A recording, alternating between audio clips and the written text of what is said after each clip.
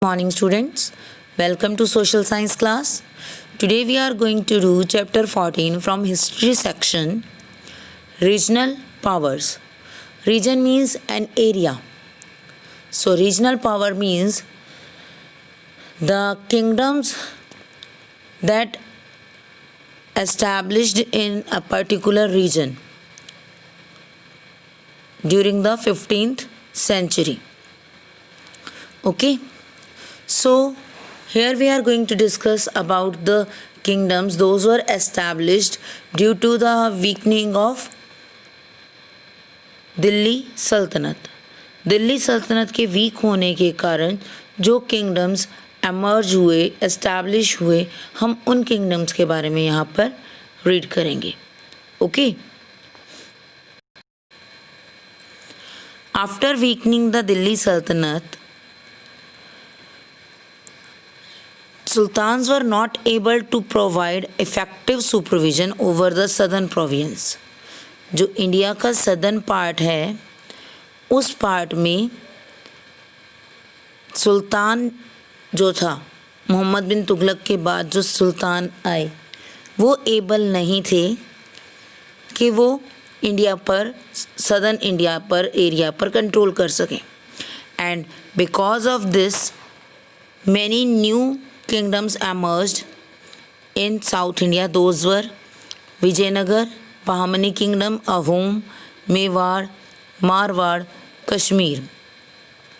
In different regions, the new kingdoms, independent kingdoms emerged. Here we are going to mark it.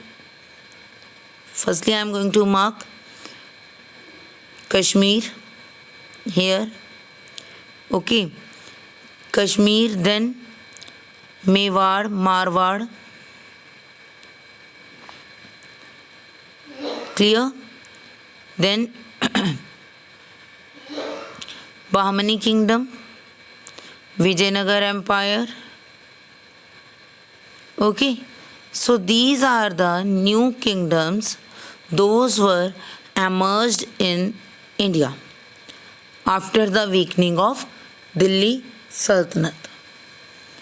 Okay. One is left Ahom. Ahom is in the eastern part.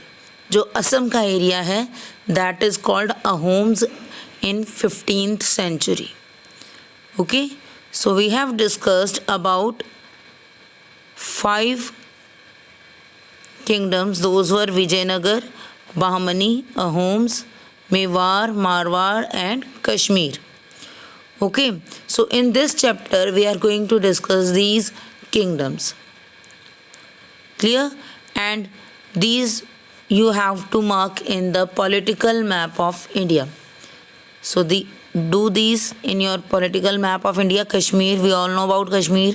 There is Ahoms in eastern side.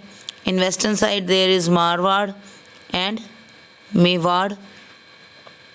Okay, and in South India there are 2. Those were Bahmani Kingdom and Vijayanagar Empire. Clear? You have to mark in your note map, political map. So let's start with Vijayanagar Empire.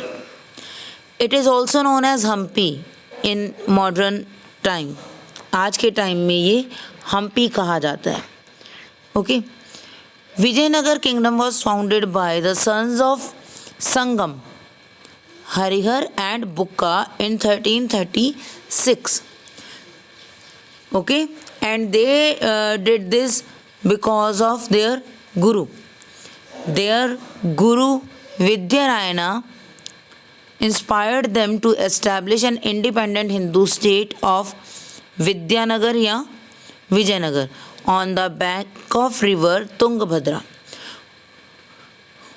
Harihar और बुक्का को उनके teacher ने inspire किया कि वो एक नया kingdom, Hindu kingdom establish करें तुंगभद्रा रिवर के पास. Okay, and they called it Vidyanagar और विजयनगर. ठीक है, अपने गुरु के नाम पर, उनका नाम विद्यानारायण था, तो विद्यारायणा के नेम पर विद्यानगर और some persons called it Vijayanagar. Okay, Tungabhadra river के पास था ये, clear, and it is now called Hampi. अब इसे हम हम्पी कॉल करते हैं। Both the brothers dominate the Hoysala territories with the assistance of their 3 brothers. Harihara और बुक्का थे, and with them there were there 3 brothers who help them to control the territory. उस पूरी territory को कंट्रोल करने में वो हेल्प कर रहे थे हरिहर और बुक्का की। ओके, होयसाला टेरिटरी जो है ये कर्नाटका का एरिया कहा जाता है, उस एरिया को भी वो डोमिनेट कर रहे थे, कंट्रोल कर रहे थे। And they established it in 1336। Okay, when did they establish it? in 1336 CE. Clear? Bukka succeeded his brother Harihar in 1356 CE. बुक्का हरिहर के बाद किंग बना। बुक्का ने अपने ब्रदर को सक्सीड किया, यानी कि ब्रदर के बाद किंग कौन बना? Bukka. Okay, and he ruled up to 1377. During this period, he expanded his hold further. They have controlled over Kannada or Karnataka area, but after 1356 to 1377, they just controlled over maximum area. They have just control or they dominated that area. ठीक है, उन्होंने और भी expand किया अपने empire को। After that, देवराया 1 and देवराया 2, they were the famous kings. Harihar और बुक्का के बाद अगर हम किसी फेमस किंग की बात करते हैं, then they were देवराया 1 and देवराया 2. These were the rulers of Vijayanagar Empire. Again, देवराया 1 and देवराया 2 after Harihar and Bukka. Okay, these were the famous ruler of Vijayanagar Empire. Clear? Now next is Krishna Dev Rai. Who is Krishna Dev Rai? I hope you all have watched the serial Tenali Rama. In Tenali Rama, who is the king? Yes, it is Krishna Dev Rai. ठीक है, it is the same Krishna Dev Rai that we are discussing here. जो Tenali Rama serial आप अगर देखते हैं तो बहुत अच्छी बात है, एक अच्छा सीरियल है, बट उसमें मैं आपको इसलिए बता रही हूँ कि वहाँ पर जो तेनाली राम का किंग है that is Krishna Deva Rai. Okay, he was the famous ruler of Vijayanagar empire. Krishna Deva Rai जो हैं विजयनगर एम्पायर के फेमस किंग थे और he belong to Tuluva dynasty. उनके किंगडम का, उनके एम्पायर का क्या नेम था? तुल्लभ डायनेस्टी, जो उनकी डायनेस्टी थी। He was great general and able administrator. His period is considered the best and the most prestigious period of Tuluva dynasty. उनके टाइम पीरियड को हम सबसे अच्छा, सबसे प्रेस्टीज वाला, सबसे ज़्यादा डिग्निटी वाला पीरियड और बेस्ट पीरियड कंसिडर करते हैं। He had a group of 8 celebrated intellectuals known as अष्टदिग्गज। उनके पास 8 स्कॉलर्स थे, 8 इम्पॉर्टेंट पर्सन्स थे जो बहुत ज़्यादा इंटेलिजेंट और स्किल्ड थे। दोज वर कॉल्ड अष्टदिग्गज। अष्ट मीन्स 8, ठीक है। 8 पर्सन्स का एक ग्रुप था जो अपनी फील्ड में बेस्ट थे, and they were known as Ashta Diggaj. Okay, Vijayanagar के जो रूलर्स थे they were mostly involve in battles with Bahmani kingdom. Here I am showing you where is Bahmani kingdom. You can see in map there is Bahmani kingdom in Karnataka area mainly, and Vijayanagar is in Andhra Pradesh. जो आंध्र प्रदेश वाला area है वहाँ पर Vijayanagar empire है, और कर्नाटका के area में Bahmani kingdom था. Clear? And these both the areas or the powers involved in battle for the area of Raichur Doab. Raichur Doab area was irrigated by the two rivers. यहाँ पर दो रिवर्स चलती हैं. The one is, here we have two rivers का area है ये. Okay, fertile area था, तो इसलिए इस एरिया के लिए बहमनी किंगडम्स और विजयनगर एम्पायर में प्रॉब्लम क्रिएट होती है. Doab means the area of two rivers. दो रिवर्स का जो एरिया है that is called Doab. And the two rivers are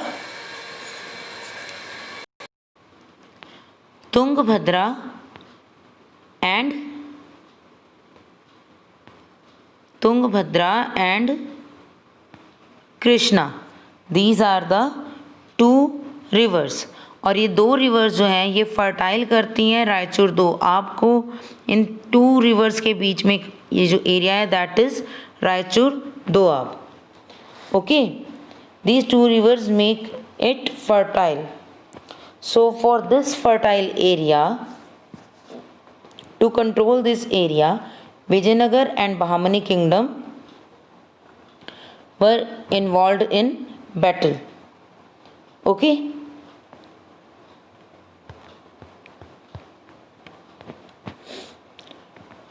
Domingo Pais from Portugal, Abdul Razak from Persia, and other foreign visitors have written a lot of praise of the administration and flourishing trade of Vijayanagar.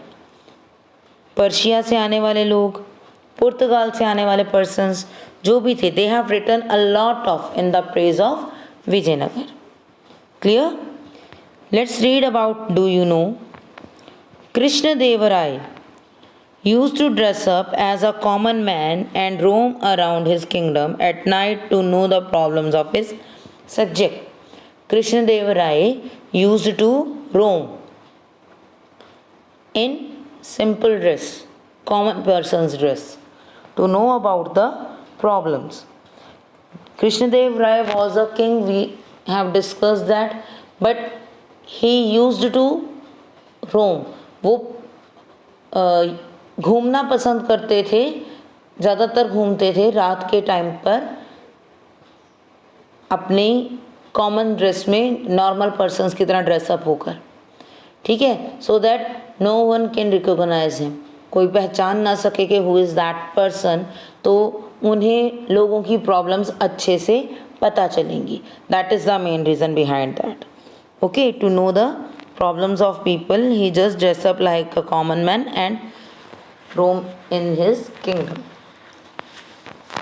Tenali Rama, whose stories children love to listen or read, was the chief minister of Krishna Deva Rai. Krishna Deva Rai ने अपने court में तेनाली रामा को appoint किया, who was a very wise person, and he appointed Tenali Rama as his chief minister.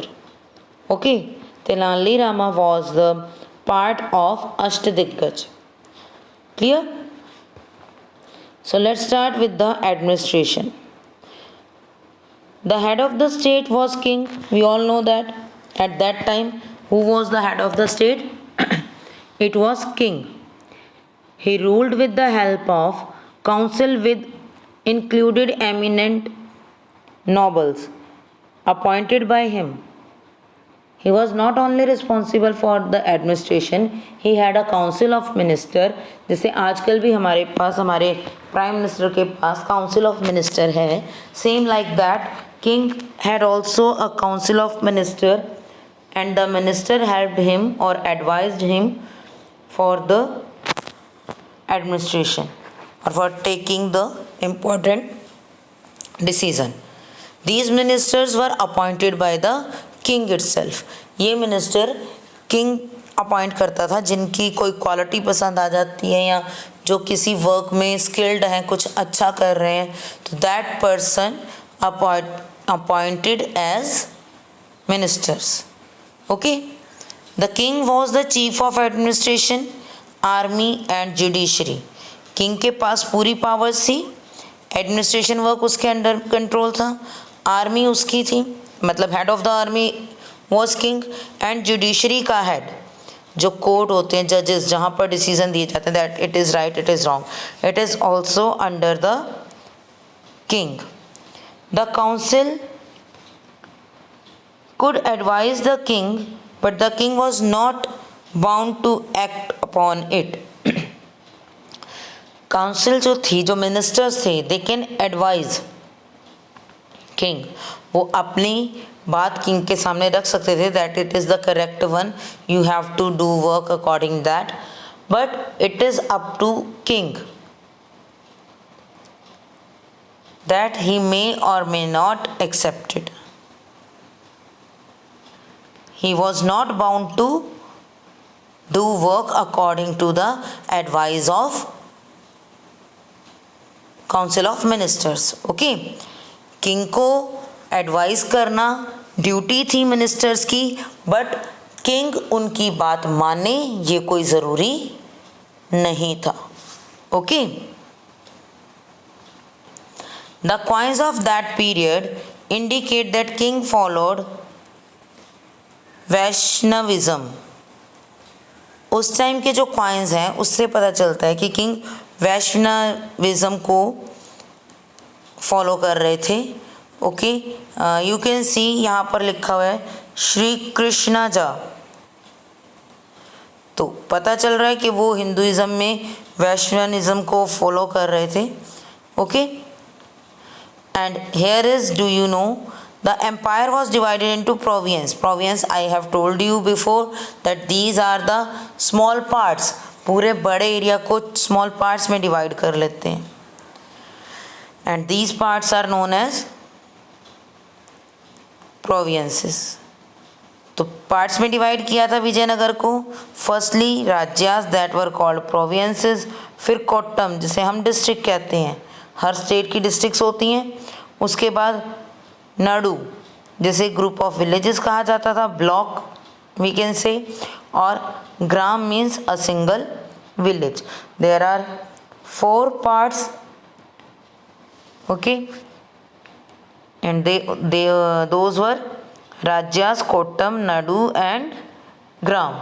राज्यास means provinces, kottam means district, nadu means group of villages, and grama means a single village. Okay. Vaishnavism was main religion of the people. There was well organized revenue system. Land revenue was the main source of state income. Okay. And along with custom duty, grazing tax, marriage tax, etc. Motto of Vijayanagar was protect the good and punish the wicked. King was following the Vaishnavism and same with the common persons. The same stream Hinduism की जो king follow कर रहे थे Vaishnavism की, same common person भी वही stream follow कर रहे थे. ओके. और बहुत वेल ऑर्गेनाइज्ड रेवेन्यू सिस्टम था. Land revenue was main source of state income. Land revenue state की इनकम का मेन सोर्स था, और इसके साथ ही बहुत से डिफरेंट टैक्सेस भी थे. कस्टम ड्यूटी मीन्स ट्रेड करने पर जो ड्यूटी या टैक्स लगाया जाता है.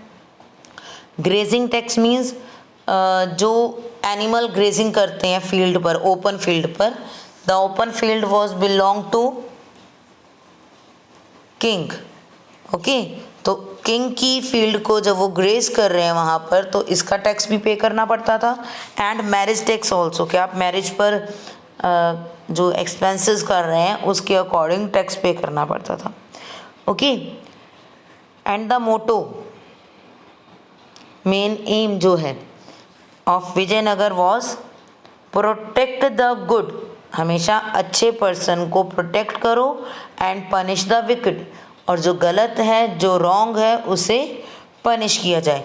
That is the motto of Vijayanagar empire. Protect the good and punish the wicked. Okay, so that's it for today. Tomorrow we will do society and culture and art and architecture. Okay, so read that and mark the question from this topic.